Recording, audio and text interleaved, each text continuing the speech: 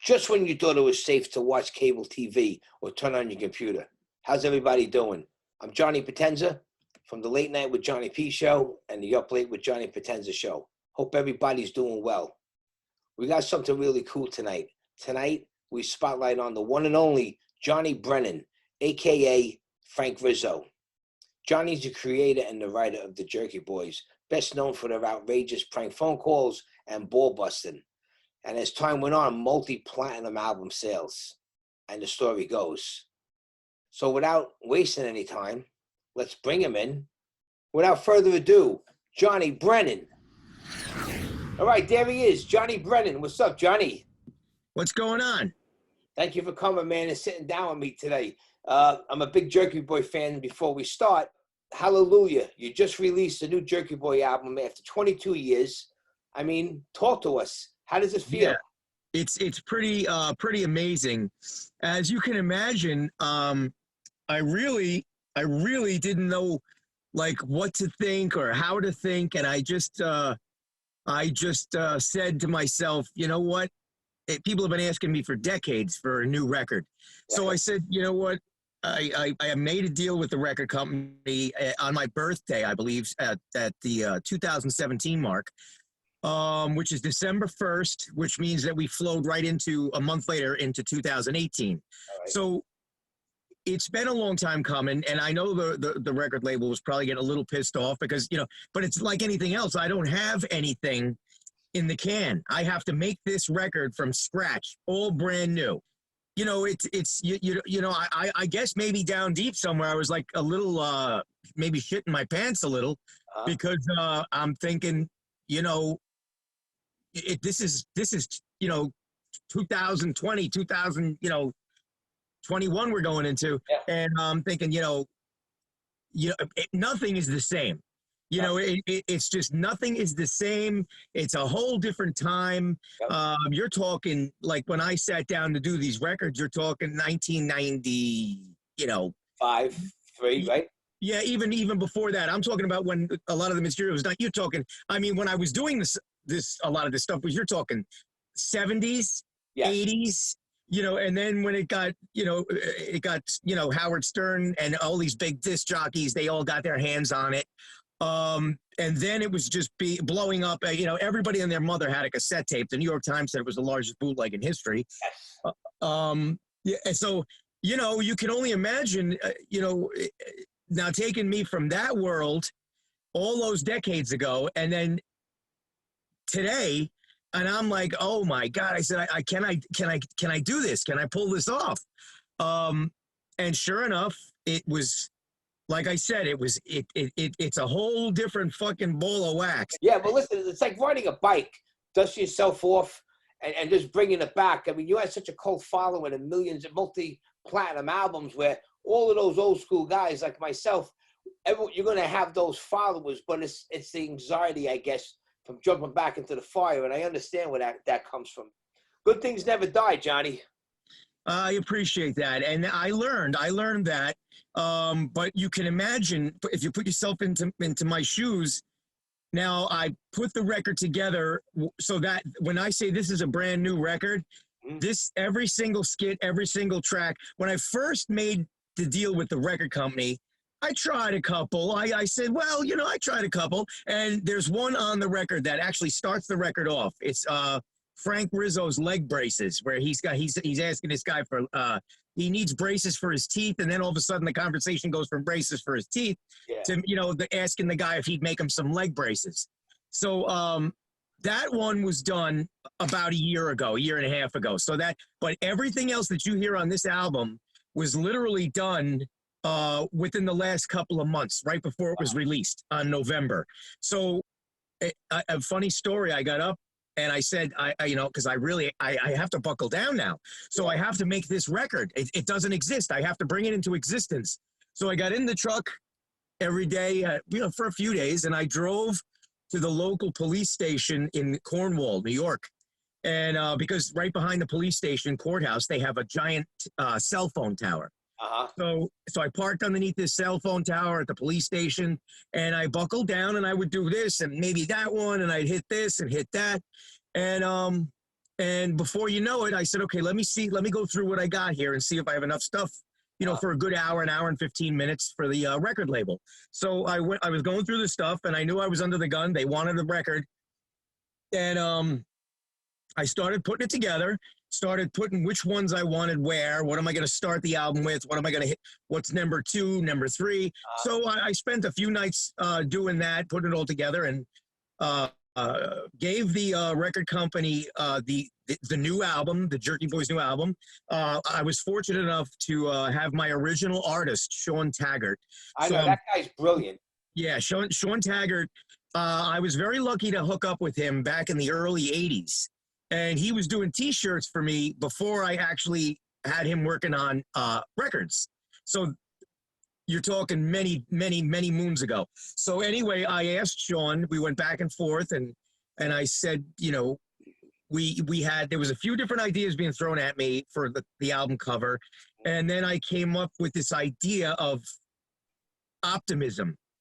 Just optimism. I just see, 2020 was being so rough. And that during the time I was putting this album together, remember what we're going through. We're going through, you're talking, I just put this out just a couple of months ago. Yeah. So, you're talking about, we're going through lockdowns. We're going through COVID. We're going through riots in the streets, burning buildings and burning cities across the country. Yeah. So we're going through all this, and I had to sit down and I had to get all of that out of my head, plus things that I'm dealing with personally, and I had to make this record. So I was beside myself, and I really didn't know what to expect because of everything that was going on. So I give it to the record company, and then they set, the release date is set. And it's funny, I was inches away from calling the record label and saying, just do me a favor, just give me one more month. Let's release this in 2021. I said, why? I said, what? Let's just release it in 2021. And it would only be another month or so. Yeah. And then I said, it was like a reckoning. I was like, no, fuck that. Let's release this son of a bitch right. I was like, let's release this son of a bitch right now in 2020. I said, if any time you need a Jerky Boys record and a brand new one, this bastard has to come out now in 2020. I think the timing was perfect, John. Yeah, I agree with you. And I'm really glad I took that second to think about it. But it was the right thing to do. And as soon as the record came out, it went straight to number 1. And it sold out at Amazon and in just a couple of days. And it's really, the response to this new record has been so incredible that I can't, it's just been absolute. I feel so proud that I just didn't realize, how deep, I mean, I always knew I had the greatest fans in the world, but I just didn't realize how deep, how deep the love for this particular product is. Now, let me interrupt you fast, because I'm sure it must have been a lot of pressure on you, because just to try to stand up to where it's like, say, like Zeppelin or Kiss, and they were not around for so many years, 20 years goes by, they put out an album, everybody's expecting something just like what they left off with, almost, you know what I mean? Well, you learn that it's not just you. You learn that there are people out there who depend on me to create, because for whatever reason, it's like everybody has a favorite, let's say comedian or a favorite, and even if I turn that on myself and I have to look from my perspective, let's just say, when I was a kid, I loved, a certain comedian, or I'd love to see, when I was a kid, I would love Jerry Lewis pictures. Yeah. So as a kid, I thought Jerry Lewis, I thought he was like an off the wall, jackass. Off the wall, yeah. Right. But Jerry Lewis was probably one of the only people, and the Three Stooges, that could make me laugh. I didn't laugh at anything else. But Jerry Lewis doing, some of the wacky shit he did was as goofy as all hell. But and so then I would say, as a young person, I would say I can't wait. I'd love to see Jerry Lewis do another you know? And those are probably the sentiments that, you know, and to wait around for almost 25 years, it was astounding, the response that came. And some of my toughest critics, they were like, Johnny, this is some of the best work that you've ever done. And they said every track, and they would name each and every track off the brand new record, and they would say, "Oh my God!" I really do. I love it. It's really good. My nephew, my cousin started pranking people over the summer, and he was terrible.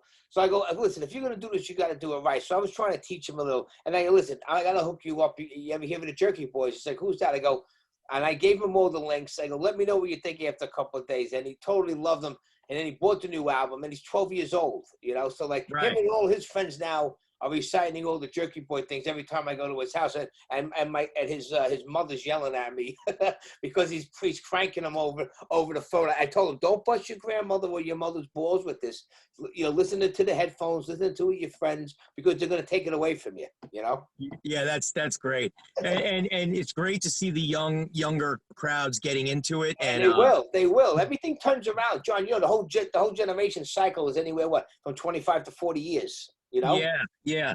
And it's just great to see, you know, every now and again I'll do a Comic-Con and I have these young ones come up to me, and it was funny. I did one in New York, and there were these two young girls, and I will never forget them because they had the same names as my daughters, but they were friends, Samantha and Victoria. And they came up to my table, and they were about 11, maybe 12 tops. And I thought right away, because on my table I have, you know, Family Guy, and I have, the Jerky Boys. And so I'm thinking they're going to ask me for some Family Guy stuff that I'll sign for them and whatever. And I said that to them. I said, hey, you guys are Family Guy fans? And they were like, no way, man. We're here for Jerky Boys. And they wanted, one of them wanted my gay character, 8x10, Jack Torse. Yeah. And the other one wanted a Frank Rizzo. And I signed up, you know, but it was adorable to see these two young girls, like, as Jerky Boys fans. And that's a pretty amazing deal. So the good news is, like... Now speaking of your characters, Johnny, who are your favorite characters? I mean, who is your favorite out of everyone that you do? My favorite character to do is probably Jack Torse, my gay character, because, you know, don't forget, I've been doing that character since I'm a little kid. Yeah. My mom used to smack me in the back of the head. She would be like, what the fuck is wrong with you? And you know, but I used to do that when I was just a boy, because there's a story behind it. I've said it a million times. My dad was trying to help somebody out, you know, dry out, clean up a little. And so he let him stay at our house for a few weeks. And I remember just being like 5 or 6 years old and listening to him speak with my mother, you know, while she would be doing the dishes, like they would have a conversation. And I remember saying to myself, wow, he sounds so cool. He doesn't sound like a man like my dad. He sounds when he speaks, he sounds like a woman. And just very effeminate voice. And I thought it was the coolest thing. And as a kid, I was always I was like a sponge. I lived in different neighborhoods growing up. I lived in Astoria, Queens. So I would always hear these different languages and these dialects, and and that's where I would just soak that in. And next thing you know, I'm doing like my gay voice, and I was, you know, very flamboyant. And, now, was he gay or no? Really? Yes. Did he? What did he say that you did this? Did he care? Oh, no, I haven't. I don't even know if he's still alive. I haven't. Okay. You're talking 1960s, 66. Oh, wow. 66. So I don't know what the deal is, but that is, like I say, I tell everybody, all of my characters are based on family members or family friends or people I've known throughout my growing up as a child. My other favorite character to do is also based on a farmer up in the area up here. And it's big old badass Bob, the cattle rustler. So I really enjoyed. I don't get me wrong. I like doing all my characters, but I love Frank Rizzo. I do. Yeah. See, Frank though. See, Frank is great, but Frank is no stretch for me. It's when you gotta get in there And you got to make these characters not just everybody knows who they are, but you got to make them believable. Yeah. And that's why Howard Stern said it years ago. He said that there will never be another Jerky Boys. Yep. He goes, people have been trying for decades, and you're not going to recreate it because all of Johnny's characters are based on people that he's turned into cartoons, which is true. When I do Saul Rosenberg or I do Mort Goldman on Family Guy, I'm doing my mom's personalities. I was very shy by nature as a kid. Like to get up in front of a classroom. Yeah. I mean, if I got up in front of a classroom and I was reading a report to the class about stock car racing, let's say, then I'd have no problem getting up in front of the class and reading that because it's something that it was part of my life and I enjoyed so much. But then there came a time, I guess, right around, 7th, 8th grade, getting a little bit older, where I couldn't get up in front of the class. I was very, very scary thought for me to be outgoing. And here I was in all of the yearbooks of growing up. All of the kids would talk about my sense of humor and Johnny Brennan wills his comedy. And so they always looked at me as the class clown because I was always doing shit, to make everybody, crack up or laugh. But it's strange. But I was shy by nature. And I've learned as an adult, I'm still learning, and I'm still learning now at my age how to push myself out of my comfort zone. Well, that's what it is. I'm not shy no more, but I like to be in front of an audience. It's harder to do it with not that many people there, but you got to get out of your comfort zone. And if you don't feel nervous before you start doing something, like this is easy for you, because it's my pleasure to even be talking to you. I mean, just growing up, we listened to all your stuff. Before the Jerky Boys, as far as reality goes, the only thing you had out there was Alan Funt and Candid Camera. Okay. So, then came the Jerky Boys and literally shocked the world, because that's how the Jerky Boys became. Don't forget, when I came out, there was no computers. No. There was no internet. You're talking you're starting to hit the street, so many decades ago that all you had was cassette tapes. Yeah. And all you had was cassette tapes, and you had word of mouth. So people who loved, like in the late 70s, like right mid 70s, like 77. Yep. I mean, I was recording stuff when I was just a kid back in the 60s. But what you gotta think and remember is all you had back then, especially if you were excited about it. And the Jerky Boys made people so excited because they could not believe. Take the Auto Mechanic. I love it, yeah. Or Brett Weir. You take the Brett Weir skit. Get Brett Weir, I said. He's upstairs repairing something. Look, Jerky, I don't need to talk to you. So people would hear this Frank Rizzo guy, and they would be like, holy shit. And they would be so shocked at what they're listening to, and they would say to their family and friends, they would buy a bunch of cassette tapes. Remember back in the day, you could get a whole shitload of cassette tapes, and they would copy the cassette tapes, and they would give it to their friends and family, and they would say, you're not going to believe this. Wait till you hear this. And that person would make 10 or 20 cassettes, and so on and so on and so on. And that's how it became. Probably, like I said, the New York Times said it was the largest bootleg ever. So, and John, all my friends, that's what they found out that I was doing it. So I had the cassette from back then. It was the cassette, and that's what I remember. It was the cassette, Yep, it was cassette tapes, and it was a lot of work. Today you can go viral literally in 30 seconds. Yeah. Without any work whatsoever.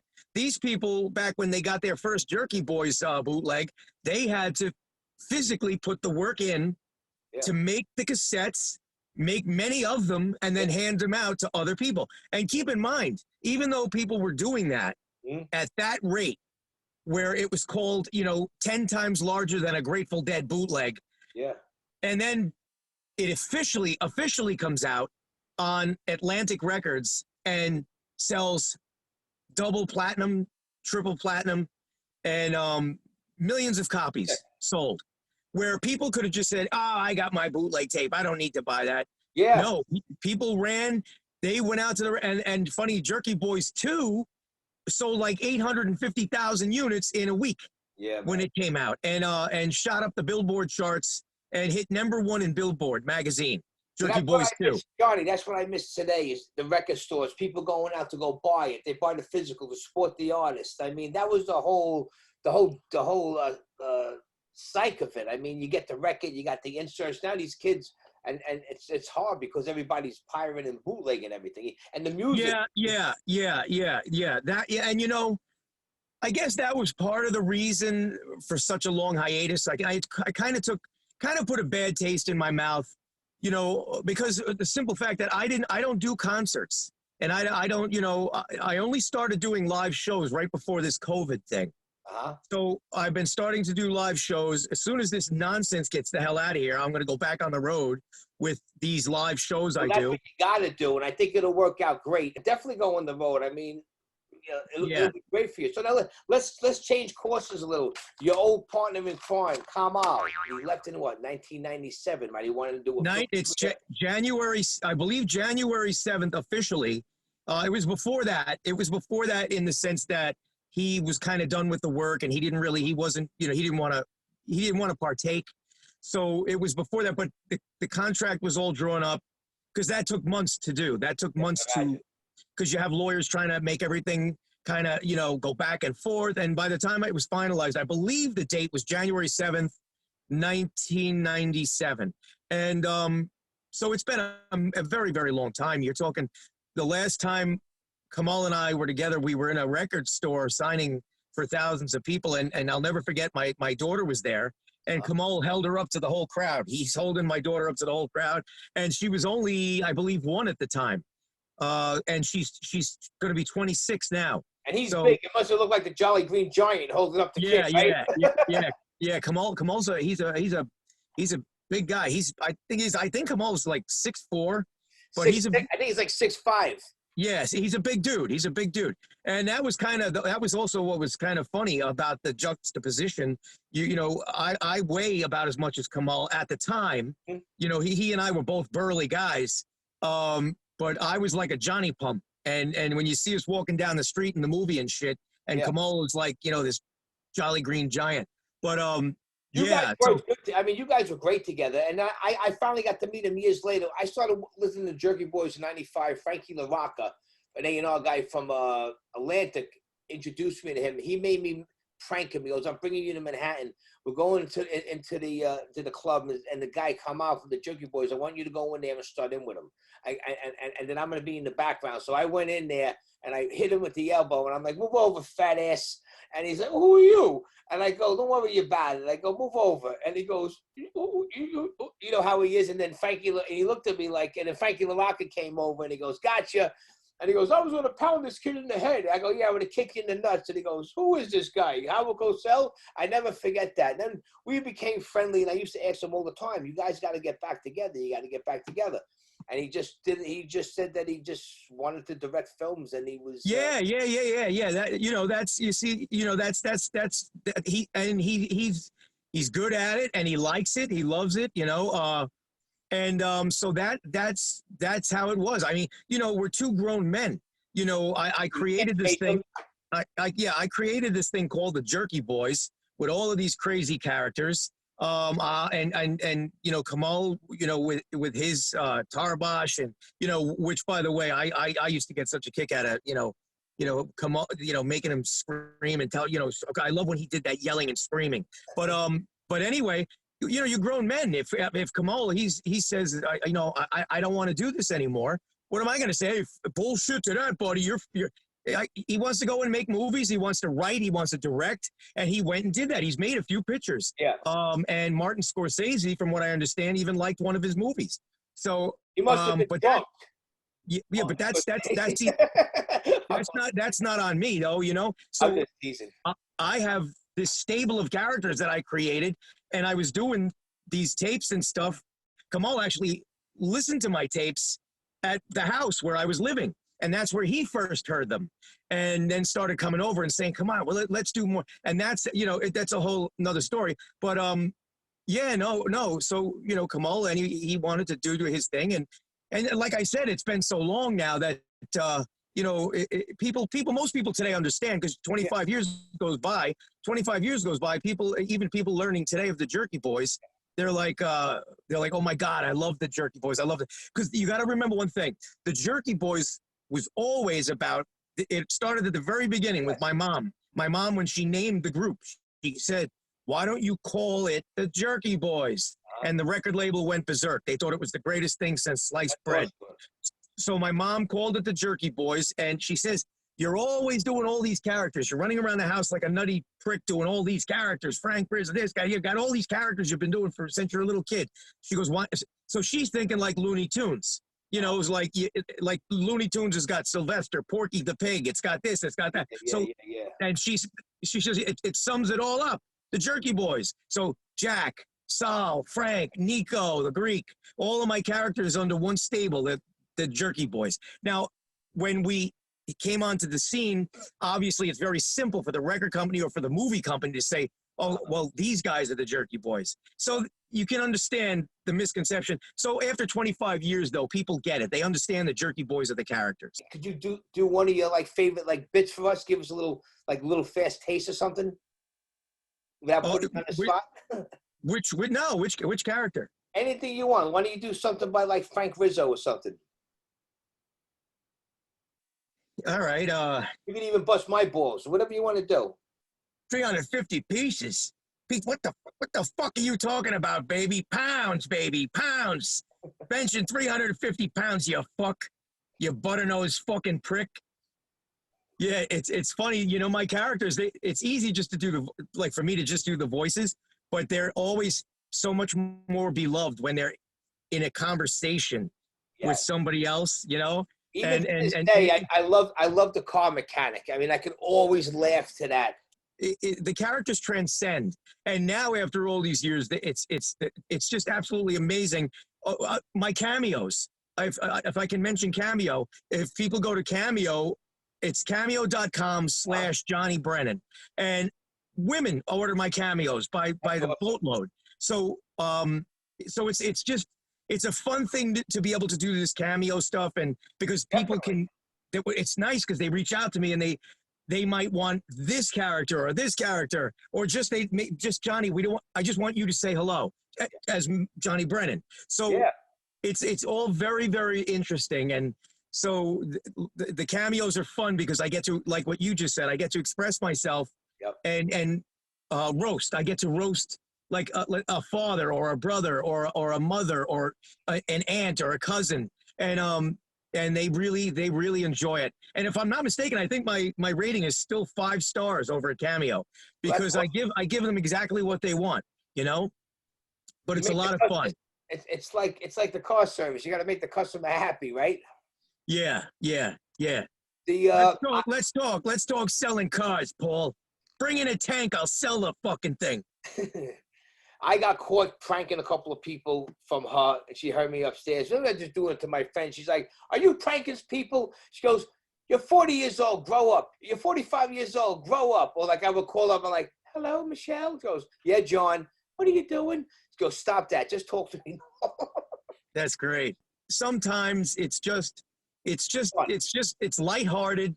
And my characters make people feel good. And if you listen to this brand new Jerky Boys record, you can clearly see that. Well, Johnny, I want to ask you, and we have to talk about it. The Jerky Boy movie, 1995, awesome. Vinny Pastore, you guys, we loved it.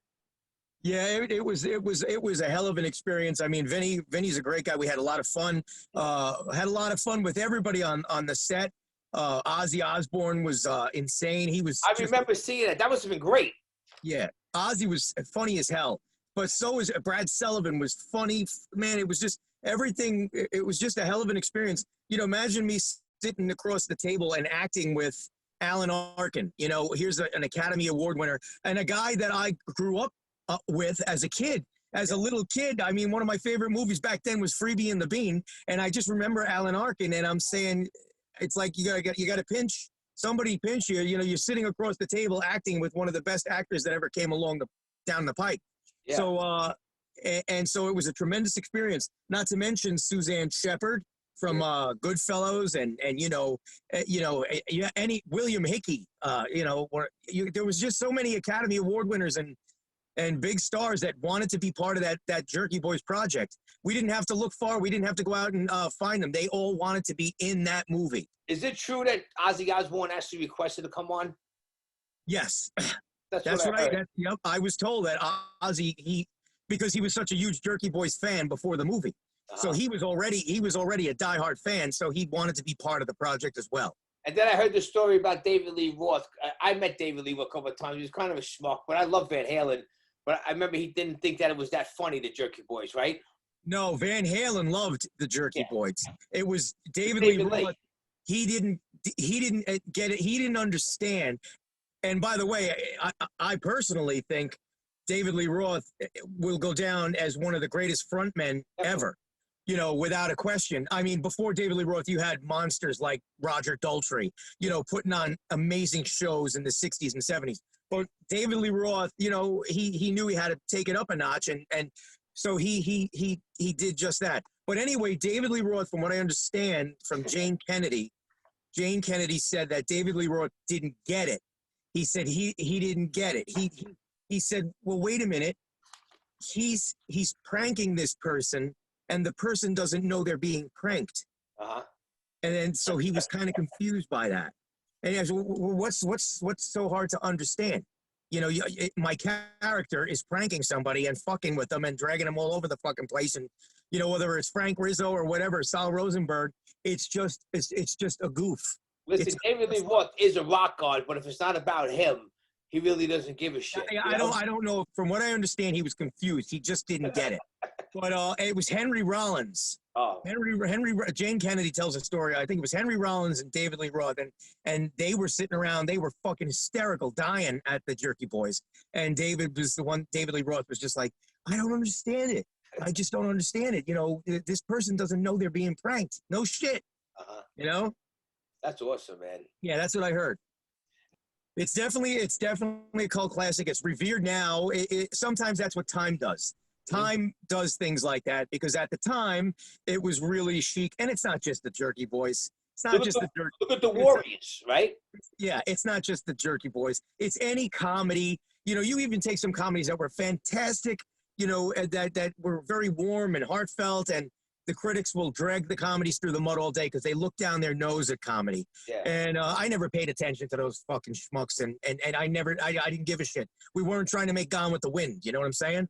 No. We were trying to put together a movie as quickly as we could to capitalize on the fact that the records were selling multi-platinum records.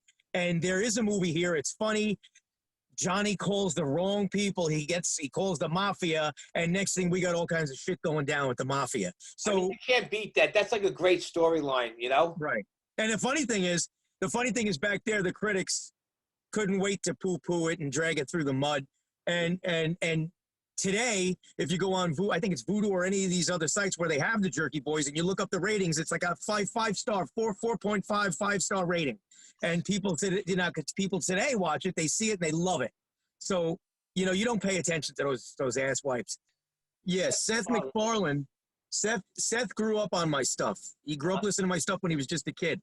So Seth was a huge, huge fan when he was just a young man. He was like, I believe he was only 10 or 11. Wow. And so as time went on, he sent me a script for me to read for Peter.